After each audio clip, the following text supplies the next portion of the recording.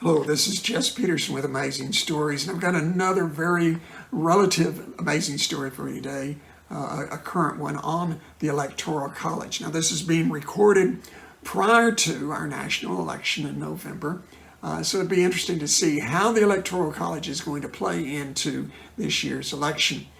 One of the sources that I chose was a book by James Michener called Presidential Lottery, The Reckless Gamble of Our Electoral System. Now, Michener wrote this in 1969, which is over 50 years ago, but it's still relevant because things haven't changed much since that time. Michener was selected as an elector, a Democratic elector for Hubert Humphrey in the state of Pennsylvania for the election of 1968. And he was prepared to vote for Republican Richard Nixon, even if Hubert Humphrey had won the state. And so he shares his experiences, his concerns during the book.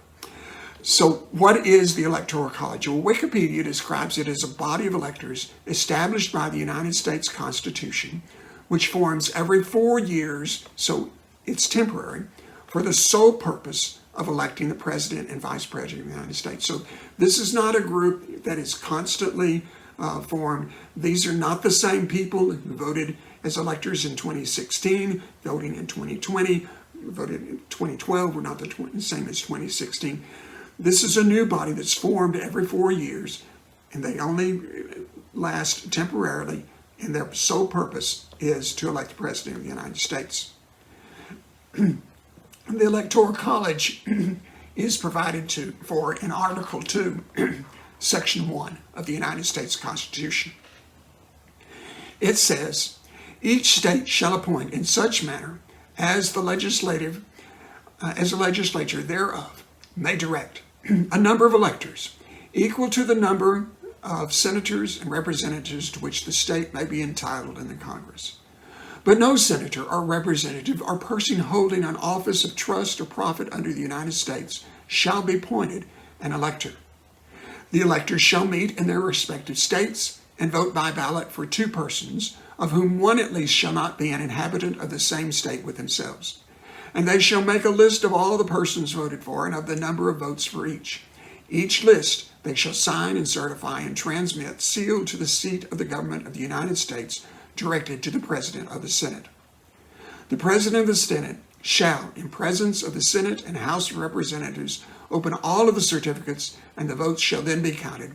The person shall have having the greatest number of votes shall be the president. Simple enough? Well, not really. So when you cast your ballot for president of the United States, you're not really voting for Donald Trump or Joe Biden. You're voting for a slate of electors that are vowing to cast their ballots for that ticket in the Electoral College. Technically, it's these electors, not the American people, who vote for president. Huh? Well, so who are these electors? Well, here's a picture of some of them. These are 2016 Texas electors. Article 2, Section 1 of the Constitution requires each state legislature to determine how the electors are chosen. And these are determined in different ways. Oklahoma, Virginia, North Carolina, they nominate them in party conventions. In Pennsylvania, the campaign committee of each candidate names their respective Electoral College candidates. Some states, they're elected by state legislatures. Some states, they're appointed simply by the parties themselves and various other methods. In Texas, according to the Texas Election Code, Section 192.3, to become a presidential elector, a person must be nominated as a political party's elector candidate in accordance with party rules or named as an elector candidate by an independent or writing candidate for president. So the Democrats may determine to choose their electors in one way. The Republicans may choose to determine their candidate for elector in a different way. So it just depends upon what the party rules are. What are the qualifications? Section 192.2 says that a candidate for elector must be a qualified voter for the state of Texas, cannot be a United States senator or U.S. representative or any other federal office of profit or trust. That's the same wording that we have in the Constitution. And he or she must be affiliated with the political party that nominates him or her. James Michener has a rather humorous way of talking about being chosen elector in Pennsylvania. Listen to what he says. In late August 1968, my phone rang and a voice I knew favorably asked, "Michener, you want to be a presidential elector?" It was Milt Burks, Democratic chairman for my home county, representative in the Pennsylvania lower house and the hardest working politician I know. "Well, how about it?" he asked. At that moment, I was sick in spirit over the debacle in Chicago and wanted no involvement with politics. But as a historian, and as one who had worked hard in the practical politics of Pennsylvania, I sensed that 1968 was going to be of special significance. I therefore agreed to serve. When I accepted, I already knew what might happen in the fall election. Nevertheless, I replied, "Sure, why not?" And all across America, similar phone calls were being made. "Hey, Joe, you want to be an elector?" "Sure, why not?" It was as simple as that. Men and women were being chosen for one of the potentially most complex responsibilities in our political life simply because they had contributed money to the party, or had been loyal ward leaders, or were known as reliable party hacks. That's how you get chosen as an elector. So how many electors are there? Well, according to Article 2, Section 1 of the Constitution, each state has the same number of electors as it has U.S. senators and representatives.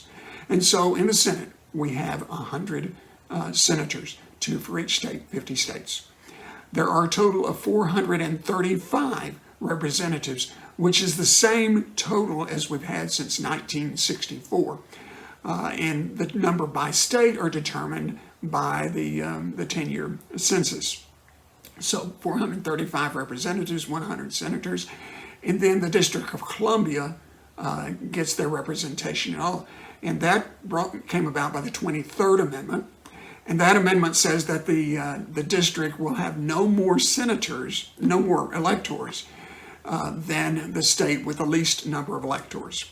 And so there are 7 states that have only 3 electors. They have 1 congressman and 2 senators. And so D.C. has only 3 electors. None of the American territories have representation in Congress, and so therefore they also have no electors. And so 100 senators, 435 representatives, plus 3 for the District of Columbia, total of 538. This is the 2020 Electoral College map. Again, it's the same as 2012, 2016, because we're going off of the 2010 census. The 2024 Electoral College map will be different because some states have gained population, some states have lost population. The 6 most populous states, the 6 with the most electoral votes in order, are California with 55, Texas with 38, with 38, New York and Florida each have 29, and Illinois and Pennsylvania each have 20. With the least, 7 states plus the District of Columbia only have 3. Again, only 1 congressman, 1 representative from each state, and 2 senators. Those 7 states are Alaska, Delaware, Montana, North Dakota, South Dakota, Vermont, and Wyoming. And there are 7 states that only have 4. They have 2 representatives and 2 senators, so 4 electors. Hawaii, Idaho, Maine, and Rhode Island. So Texas, with their 38 electoral votes, has more voting power than the 11 smallest states combined. California, with their 55 electoral votes, has more voting power than the smallest 15 states combined. But which electors are chosen? We have these people being put up for candidates for electors. Exactly which one are chosen? Well, all the states choose their electors by a popular vote. And all but 2 states, it's a winner-take-all method. So if everybody votes Republican in the state of Texas, or if the Republicans get the majority of the vote, then all of the electors for the state of Texas go toward the Republican candidate. Same way if it's a Democratic candidate. And 2 states are different. Maine, since 1972, with its 4 electoral votes. And Nebraska since 1996, and it has 5. And they use a district system. And so they take the winner of the popular vote in a congressional district. So Nebraska has 3 congressional districts.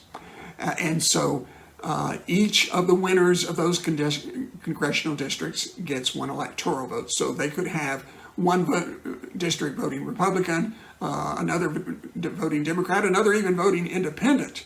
And each one of those gets 1 electoral vote. And then as far as the electors that they get for senators, that is decided by a winner-take-all from the state as a whole. So once the electors are determined after the national vote, a certificate of ascertainment is made, and it's signed by the governor of each state, or in the case of the District of Columbia, by the mayor of that district, and filed with the U.S. Office of the Federal Texas Registry, of the Federal Registry. This confirms the winning candidate, their electors, as well as how many votes each elector received. And you say, but when I went to vote, I didn't vote for a particular elector. I voted for all the electors. And so in Texas, that's the way it's going to look. There are going to be the electors that were chosen, and they're going to say all of these electors received this many votes versus the other candidate. The Electoral College never meets as a whole.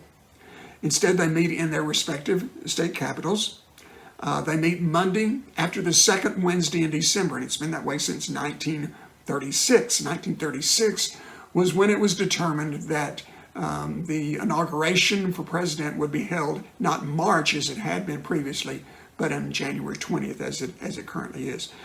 So this year, the Electoral College, it meets in each state on December 14th of 2020. What happens, though, if not all the electors are there? And that happens more than you would think. There's situations where an elector is sick. There's situations where they possibly even die. There could be a car wreck. It could be even weather-related. That happened with Michener in Pennsylvania in 1969. The state of Texas, in the Texas Election Code, says that an absent elector can be replaced, or will be replaced, by a majority vote of the qualified electors present. Well, Michener shares his experience, and by the way, he was chosen as president or chairman of the Pennsylvania Electoral College that year, and so he came in early. He says, when I met with the officials, I found that all was not well with the Electoral College. Of the 29 Democrats elected to membership, 6 had already phoned in to report that they were not going to make it to Harrisburg. And that was because of a blizzard that had hit the state. That meant we had to round up 6 substitutes. And this had been done by scanning the list of men and women who held political jobs in Harrisburg. But no sooner had we adjusted the schedule so as to qualify these substitutes than a messenger arrived from Democratic headquarters with the news that 2 more were not going to make it. So we extended our list of substitutes to 8. Choosing anyone who came to mind. Absenteeism is an occupational disease in the Electoral College. In some states, criers go up and down the halls asking if anyone wants to be a presidential elector. And those who respond are sworn on the spot and by this accident attain a critical power. In Pennsylvania, we managed a little more decorum. We did have a list of names, but no one had voted on them. No one had approved them. And from this list, we picked people to select a president. Well, at that meeting, what happens? So in the state of Texas, the Secretary of State chairs that meeting until the Electoral College elects their own chair. Michener, by the way, had been elected chair of Pennsylvania's Electoral College prior to the meeting, so a little bit different there.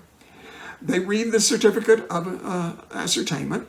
Attendance is taken, and so if they have any absentees, that's when they would deal with them at that time. And each elector submits a written ballot for president. Now, that ballot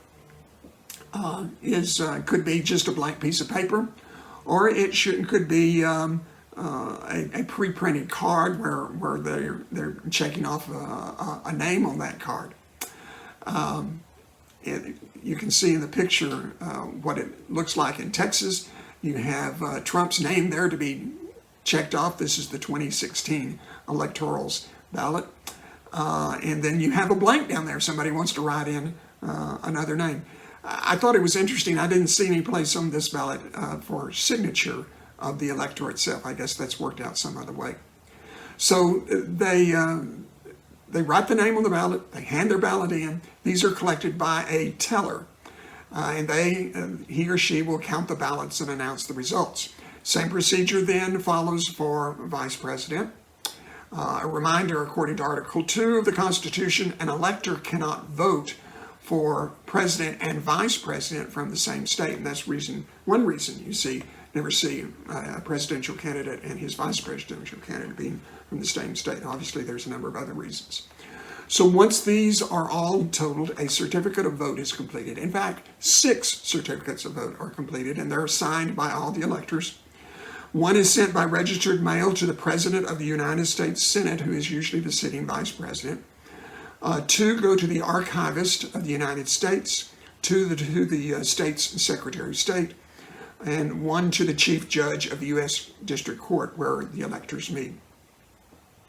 Then on January 6th, following the election, a joint session of the new Congress is held. This is not the old Congress. This is new elected Congress.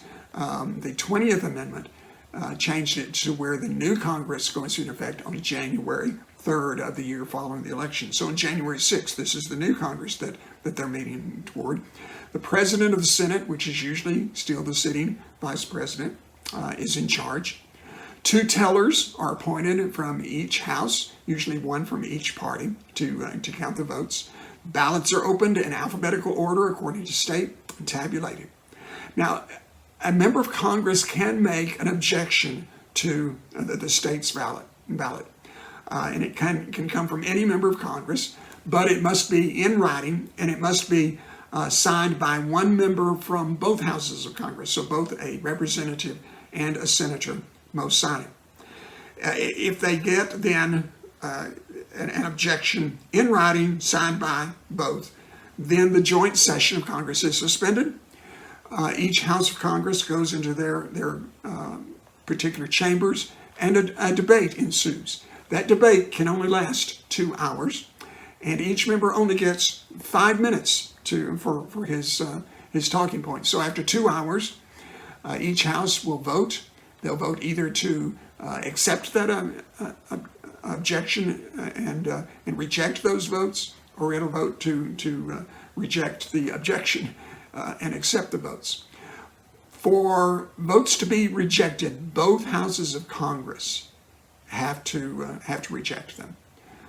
So if just one house rejects them, then they are still counted. If they're rejected, those votes they're tossed out. They're not counted at all. So that state may not even get counted at that point. But rejection has only happened twice in American history. In 1864, votes from Louisiana and Tennessee were rejected. Of course, this was a time when the Civil War was still going on, and whereas Louisiana and Tennessee were under federal control at the time, they still had not passed what was considered necessary to reinstate them as states. Similarly, 1872, votes of Arkansas, Louisiana, and part of Georgia were rejected again. And again, this was during Reconstruction time. Objections to state ballots are rare. but they both were made in both 2001 and 2005. And that was the year George W. Bush was running for president in both those years. But neither one of those was approved by either house. The winner then of the election must have a plurality of the total electoral votes. So currently you have to have 270 electoral votes to be elected president. Now there's 538 electoral votes. You say, well, why not 269? That's half the votes. Well, that's not a plurality. And the sitting vice president cannot vote to break that tie. You have to have a plurality of the votes other than the vice president. So the president of the Senate, usually the sitting vice president, announces the vote. And in our history, 4 sitting vice presidents have to sit there and to announce their own defeat. In 1861, John C. Breckinridge, Richard Nixon in 1961 when he ran against Kennedy, Hubert Humphrey, 1969 as he ran against Nixon, and then Al Gore in 2001 after the election of 2000 where George W. Bush had won that. So, 3 major questions that called to mind as I was working on this. Number 1. Can an elector vote for whomever he or she wants to? Well, the answer is it depends upon the state. You see before you a map, in the states that are in red, 33 states plus the District of Columbia, they all have laws against faithless electors. If an elector votes against what the majority of the state want, they either get penalized, they get their vote rejected, it's not counted, totally canceled. Both of those things may happen. Neither one of those things may happen, but there are some laws against that. It's interesting if you looked at that Arizona and North Dakota and Tennessee are all 3 of those states in red. In the 2016 election, they were not in red, so they have passed those laws since the 2016 election, and you'll figure out why in a minute. So Texas is one of those in white. It has no law requiring electors to vote, to be faithful electors. It just requires and assumes that they're going to have loyalty to their party. But considering there have been, since our nation began, 23,529 electoral votes have been cast as of 2016. Only 165 of those have been cast by faithless electors. And of those 165, 71 of them were because of death. In 1872, 63 electors became faithless electors when the presidential nominee, Horace Greeley, died. In 1912, there were 8 who were faithless electors when vice presidential nominee James Sherman died. So it happens. The presidential election has never been influenced by faithless electors. But the vice president election has been influenced twice. Once in 1796. Of course, this is only the 3rd time that America is electing a president. Washington was elected twice, and so this time it is Mr. Adams running, his vice president. 18 electors were pledged to the Federalist Party, the party of Adams. And they cast their vote for John Adams, but his running mate was Thomas Pinckney. And they did not cast their votes for Thomas Pinckney. Instead, they cast it for Thomas Jefferson. And so Thomas Jefferson became president. So this was a time, this was before the 12th Amendment, when the electors were told to vote. You're given 2 votes, and you vote for 2 people. And you're not voting for president and vice president, you're voting for 2 people. And the one with the most votes, well, he becomes president. The one with the second most votes, he becomes vice president. So you're voting for 2 people. And so that resulted in this strange thing where people of 2 different parties became president and vice president. Well, in 1836, in Virginia, 23 electors cast their vice presidential votes for U.S. Senator William Smith instead of the popular vote winner, Richard Mentor Johnson. The election had to be decided by the U.S. Congress, and Johnson was elected there in the first ballot. There has been one faithless elector in each of the following elections: 1948, 1956, 1960, 1968, 1972, 1976, 1988. In the year 2000, a blank ballot was cast. In 2016, there were 10 faithless electors. Now, 3 of those were resolved by state laws. They either changed their vote or they were replaced by faithless electors. But 7 of them remained faithless. 3 of those votes went to Colin Powell, and 1 each to John Kasich, Ron Paul, Bernie Sanders, and Faith Spotted Eagle. Out of those 7, Donald Trump lost 2 electoral votes to faithless electors. Hillary Clinton lost 5. There were also that year 6 faithless electors in the vice presidential election. So, question number 1, can they cast their vote for somebody else? Yes, but it's sort of narrow and it really doesn't make as much difference as you might think it would. So big question number 2, what happens if no one gets a plurality of the electoral vote?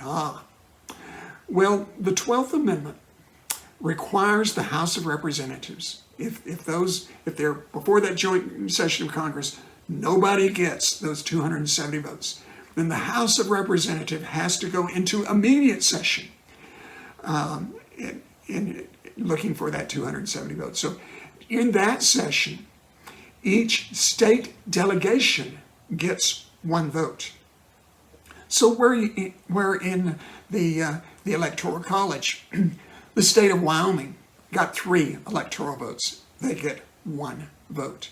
Their delegation votes together, and they give us 1 vote. In Texas has 38 electoral votes. If it goes to the House of Representatives, they also get 1 vote, only 1 vote. The District of Columbia, they don't have any representatives. They don't get any votes. Neither do, obviously, the territories. Also, delegations from 2/3 of the states must be present for that vote to happen. So the state delegations vote for the top 3 candidates.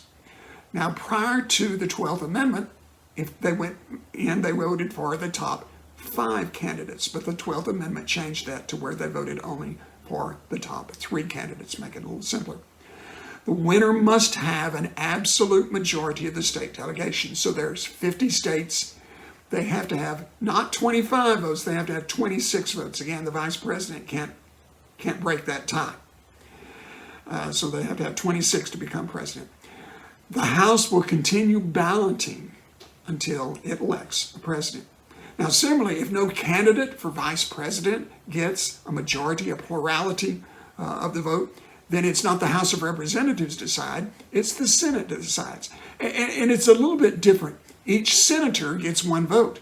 So where in the House there are 50 votes, each state with 1 vote, in the Senate there are 100 votes, each senator with 2 votes, each state with 2 votes. And so 2/3 of the senators must be present, not 2/3 of the states, 2/3 of the senators. Each one gets a vote.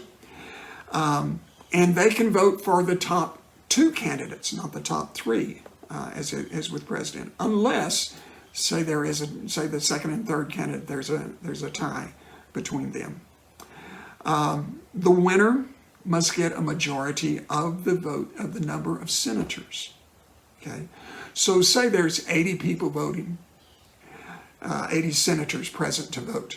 You would think, okay, if somebody gets 41, then he's elected vice president. No, he still has to get 51 votes, total of the number of senators.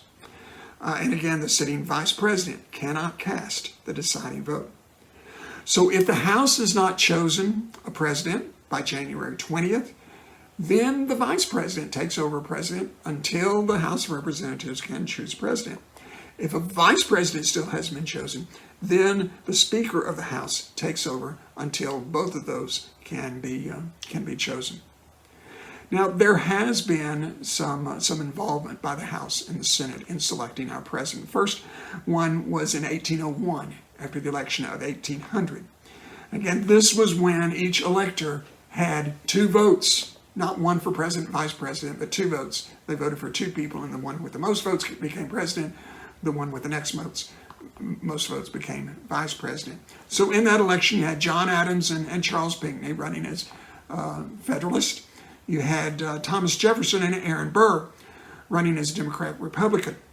Now, Alexander Hamilton didn't like any of these people, except for Charles Pinckney.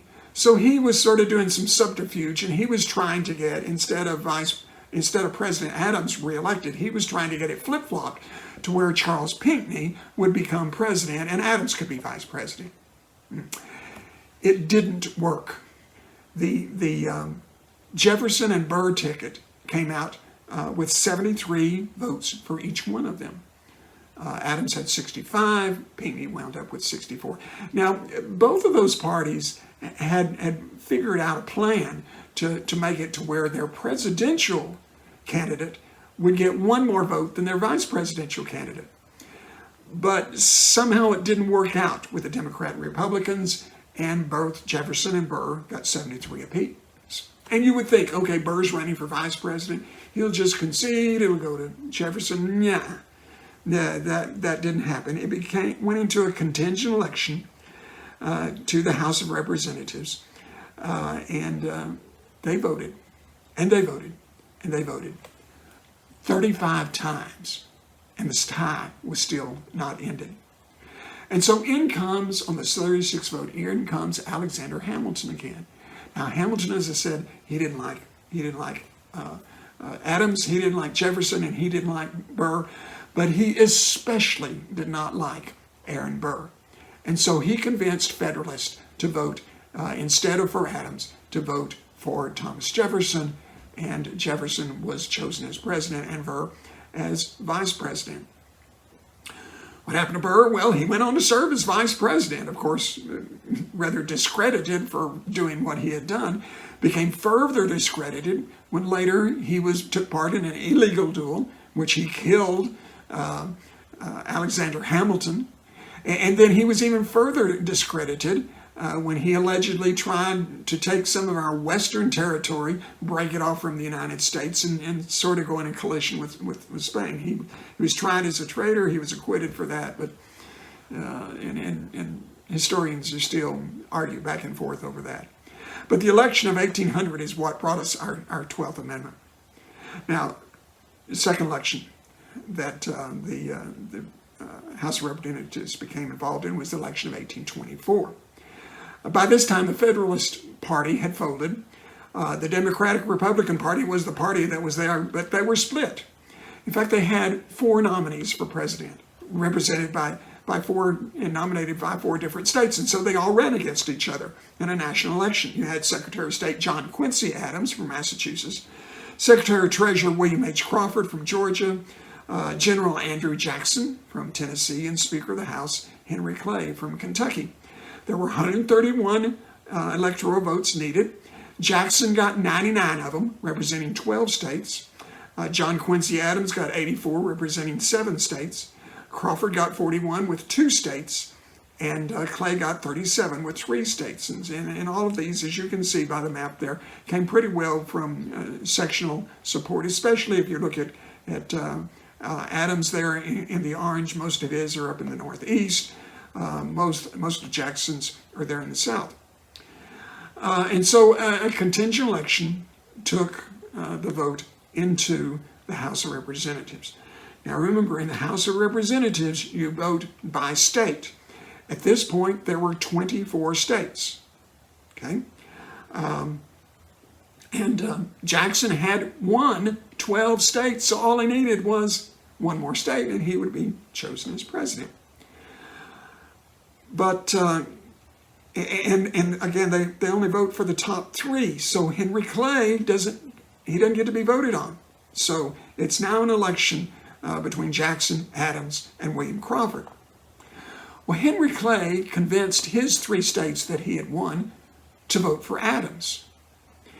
And then Adams later chose Henry Clay as his Secretary of State. Boy, did this anger Jackson because he claimed it caused him to lose the election. And it became known as the corrupt bargain, the first of 3 corrupt bargains in presidential politics. But just those 3 states would have only given Adams 10. Jackson lost 5 states when it went into the House of Representatives. 5 of his states voted for other people. 3 of those states voted for Adams. 3 of those delegations in the House of Representatives voted for Adams. Louisiana, Maryland, and Illinois. And North Carolina and Delaware, they took their votes to Crawford. So yes, it was a corrupt deal, seemingly at least. But Jackson couldn't totally blame Adams and Clay for this. And Jackson immediately began campaigning, and he wound up trouncing John Quincy Adams in the election of 1828. And then there's the election of 1876. Now, this didn't involve a contingent election that was decided by the House of Representatives, but it involved disputed electoral votes. The election of 1876 was between Republican Rutherford B. Hayes, who was governor of Ohio, and Democrat Samuel J. Tilden, who was governor of New York. This is the election, by the way, with the highest voter turnout in American history, 81.8% voter turnout. However, in the South, there were some that you're really questionable on that. Tilden won the popular vote. He led in the electoral vote with 184 to 165. So he had 184. It only took 185 needed to win. But there were 4 states with disputed electoral votes. There was one from Oregon. An Oregon elector was supposedly turned out being elected or an appointed official, supposedly. And then both parties claimed that the states of that they'd won the states of Florida, Louisiana, and South Carolina. Now the popular vote showed that the Democrats had won these states. However, these states were pretty well marked with fraud, with threats of violence. In fact, South Carolina, 101% of eligible voters voted. You can see why the election was so high percentage of people voting. So on January 29, 1877, Congress passed a law creating an electoral commission to settle the dispute. And it said, okay, we're going to take 5 members from each house and 5 members from the Supreme Court to decide the election, a total of 15. So each of the houses of Congress, a different party had a majority. So in the House of Representatives, 3 of them were for one party, 2 of them for the minority party. In the Senate, it's the other 3 for that majority party and 2. And so those were even in their voting between Republicans and Democrats. In the Supreme Court, they chose 2 Republicans, they chose 2 Democrats, and they chose Justice David Davis, who was politically an independent. But before they could sit down and vote, the Democratic Illinois legislature voted Davis in as their senator, thinking, okay, we're buying his vote. But Judge Davis said, okay, if I'm senator, then I can't be on this commission. And so he resigned from the commission. So they had to find somebody else from the Supreme Court, and all the others were Republicans. And so a Republican filled it. Rutherford B. Hayes was elected, and by all 20 of those disputed votes going to him. Now, you would think the Democrats would have taken this further and argued it further, but the Democrats and Republicans made a deal that if the Democrats accepted this vote, that they would end Reconstruction at that time. So this is considered the second corrupt bargain in American presidential politics. The third, by the way, was Gerald Ford's pardoning of Richard Nixon. Now, there has been one vice president that had a contingent election that went into the Senate. We've already mentioned it, the election of 1836, where Virginia, 23 of their electors had cast those vote, and it went into the Senate and was decided on the first ballot. So not a lot of controversy there. So that's what happens if somebody doesn't go plurality of the vote. Big question number 3, how did we get this crazy system? Well, it started with the Constitutional Convention of 1787, which was held in Philadelphia. Remember, no other country at this time directly elected their chief executive. This was uncharted territory that these people were going in. At the time, there was scarce support for election of the president by popular vote.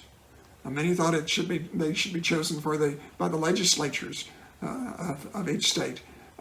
Various other ways, but they didn't think the people as popular vote should choose it. So the first proposal was the Virginia Plan. Virginia Plan called for Congress to elect the president. And that was similar to what was being done for governors in states at the time. The state legislators were electing governors, and so delegates from a majority of the states agreed upon that. After they got to thinking about it, they said, that's probably not a good idea.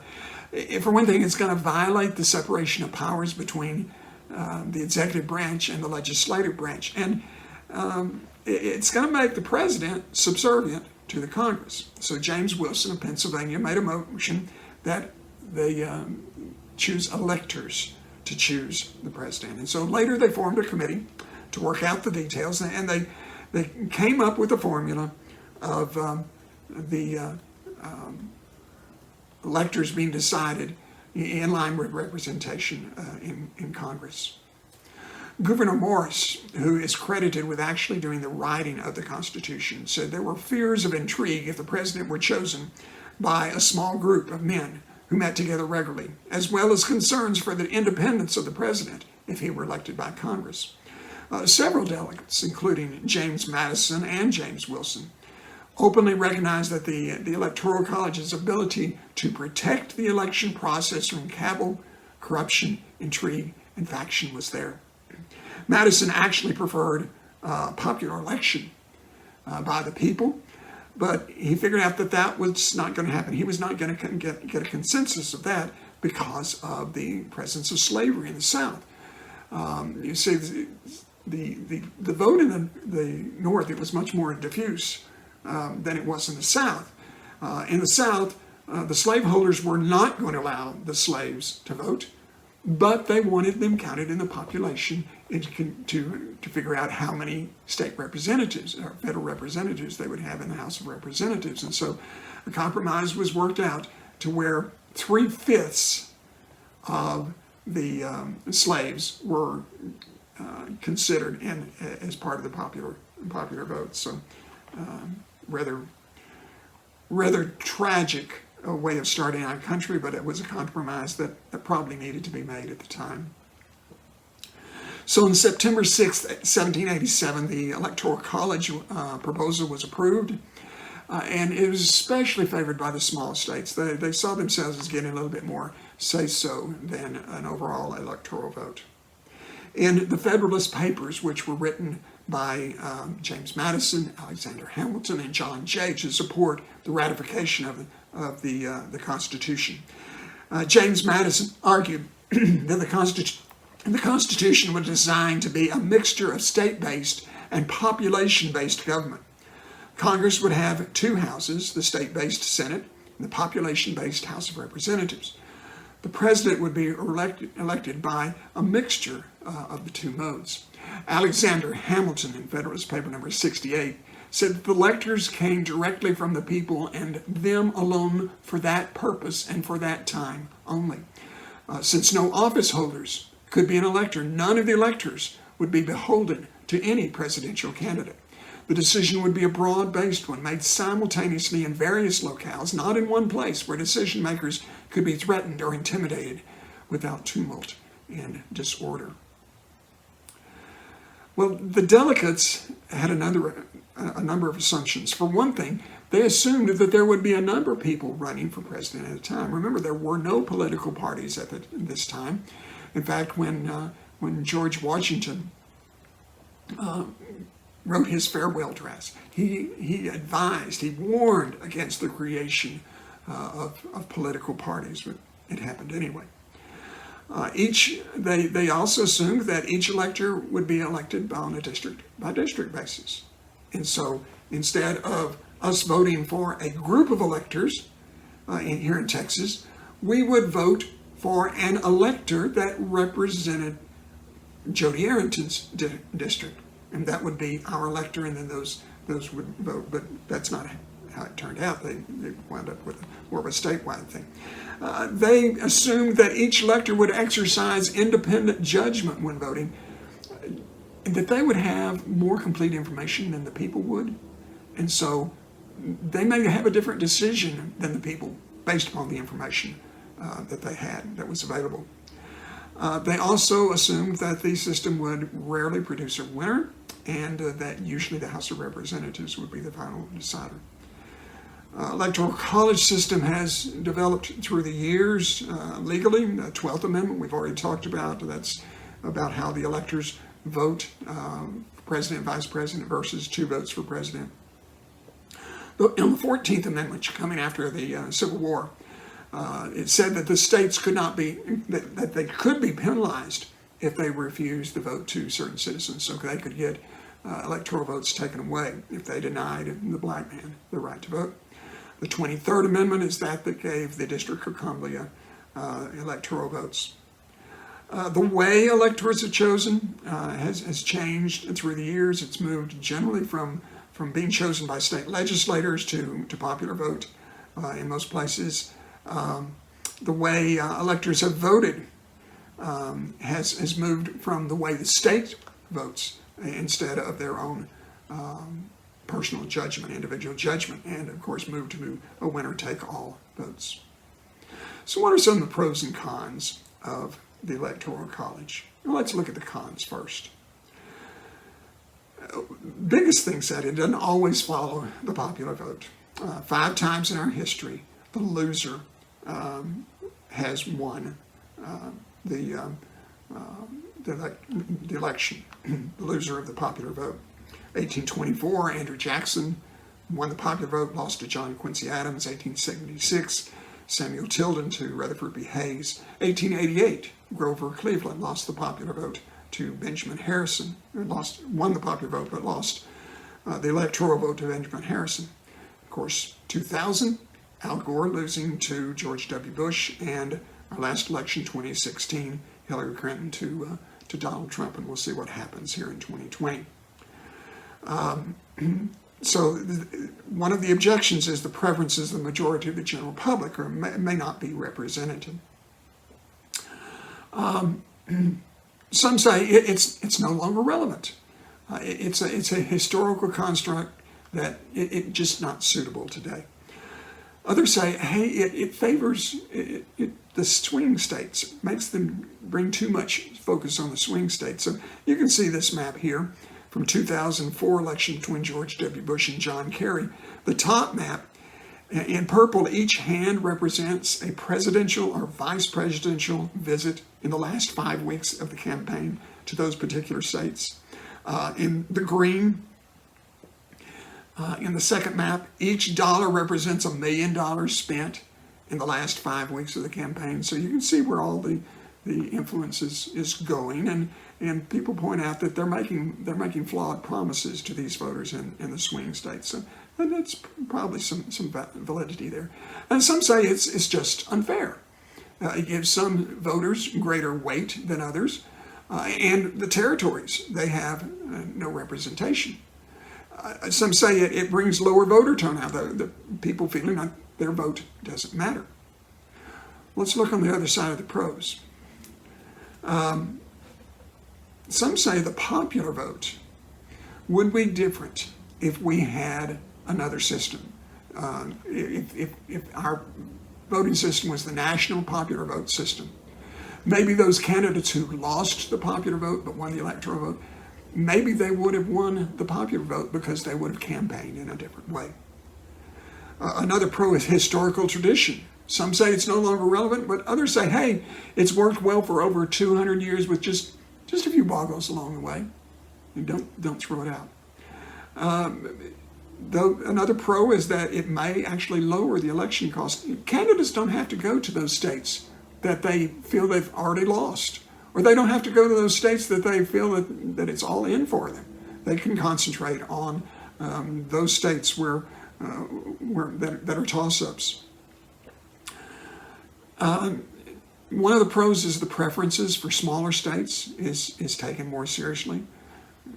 Again, I mentioned we've got 14 states plus the District of Columbia who have almost no electoral vote, but they would even have less say-so would it be by the popular vote.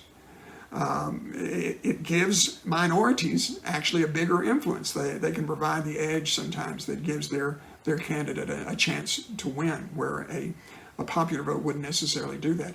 And areas of low population density, our rural areas out in West Texas, they'll have a certain influence through the electoral vote. And quite frankly, they say it's more efficient. The president can be determined on one ballot. The outcome will be known after just one day. It's more flexible if a candidate dies, such as Horace Greeley did in 1872. And there's less necessity for recounts than in the national popular vote would do. And they say it also isolates election fraud to a single state or to a single area instead of being nationwide fraud if that comes up. Well, I mentioned Michener. I said he had some concerns going on in the 1968 presidential election. That election between Richard Nixon, who's Republican, Hubert Humphrey, the Democrat, and George Wallace, the Independent. And as I mentioned, Michener as a Democratic elector, was willing to vote for Richard Nixon to keep the election from going to the House of Representatives in order to give either Nixon or Humphrey won the majority of the electoral votes. Because as he saw it, either one of them, whoever won it in the House of Representatives, was going to have to make some kind of deal with the devil, some kind of deal with George Wallace, and he didn't want to see that happen. And he also talked to a number of other Democratic electors who felt the same way, and Republican electors who said, we'll vote for Humphrey to keep it from going from George Wallace to having some effect. So after this election, Michener was quite concerned about what happens when it goes into the House of Representatives, where you got one vote versus the number of electors. And so he came up with several different proposals that have been made. And four of them I want to mention here. One is an automatic plan. He says, basically, let's keep the system the way it is, except let's do away with these electors. We don't really need them. We can determine how many electoral votes somebody's going to get without calling this college together and have them vote and spending this time and everything. And then let's make some changes in the way it's determined in the House of Representatives, determining their influence. So that's the automatic plan. Then there is the district plan. This is what Maine, what Nebraska used. Instead of a winner-take-all per state, it's winner-take-all per district. So, like I say, if Jody Arrington, if the candidate in his district for the Republican candidate, say, wins, then that electoral vote goes to the candidate. If we get down to a district around Austin and a Democrat wins, then that candidate gets that elector. And so throughout the state, determined by congressional districts, and then for the senator's vote, it's a statewide vote that way. Then there's the proportional plan. Instead of winner take all, the electoral votes are allocated according to the proportion of the votes a candidate receives statewide. So if a candidate receives 60% of the votes in Texas, he gets 60% of electoral votes, not 100%. And then the last one is direct popular vote. And that's completely thrown out the whole system that we have and said, okay, whoever wins the popular vote, that becomes our president. Made a couple of additional proposals that I thought were interesting. One was for a national primary. Instead of this starting with Iowa and then New Hampshire and then we have that Super Tuesday, let's have all the primaries on one day. And then each party can determine who their candidate will be on one day, and then in November we'll vote for him for president. Has some sense to it. And the other thing he said was, let's have shorter election campaigns. Let's have mandated shorter election campaigns. Well, all of us like to see that. There have been various attempts to amend the Electoral College through the years. The closest was probably the 91st Congress, which met 1969 to 71, right after this 1968 election where George Wallace was combined. And they were proposing that a direct election of president and vice president, and that there would be a runoff if no candidate received at least 40% of the vote. That passed in the House in 1969, but it failed in the Senate. In 2006, the National Interstate Popular Vote Compact was launched. Now, this is a compact made between the states that would eventually pledge their electoral votes to the winner of the national popular vote. So to date, 15 states plus the District of Columbia have signed this compact. That would represent a total of 196 votes based upon the 2010 census. So the compact would go into effect when enough states came up to where there were 270 electoral votes that had pledged there. Those would pledge to go to all of their votes to go to the popular winner and decide at that point. Now, some scholars say, hey, the Constitution says, you can't just do this, that it would require congressional assent before that could take place. And certainly it would be headed toward court battles, but that is one option that's being considered out there. According to Wikipedia, most polls since 1967 have shown that a majority of Americans favor election by nationwide popular vote. But polls since 2016 showing a narrative of sort of increasing support for the Electoral College system. A May 2018 Pew Research poll showed that 75% of Democrats support a popular vote system, compared with 32% of Republicans. Overall, in that poll, 55 to 41% favored a popular vote system versus the Electoral College. The Electoral College tends to favor the benefit, at least, to the party in power at the time. So the chance of changing the system is very slim. To do that, it would take a constitutional amendment. That would require a 2/3 supermajority of both the House and the Senate, and then 3/4 of the state to ratify it. So the chances of that happen, probably not going to happen. I want to end quoting from Michener's book. This was a time when actually the swing was the other way. Republicans wanted to end the Electoral College in 1960. This is actually from a different book. This is a book he wrote called The Report of the County Chairman, in which he went around trying to get votes for John F. Kennedy. Republicans wanted to get rid of the Electoral College at this point, so you can see how it shifts back and forth. And Michener says this: the Democrats, and we'll just say, let's say we would be foolish to merely to do the abandonment of the Electoral College system.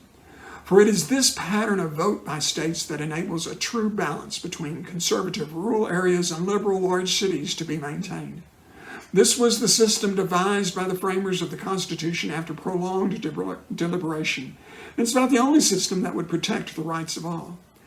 The virtue of our present system is that a subtle balance between big units and small is maintained.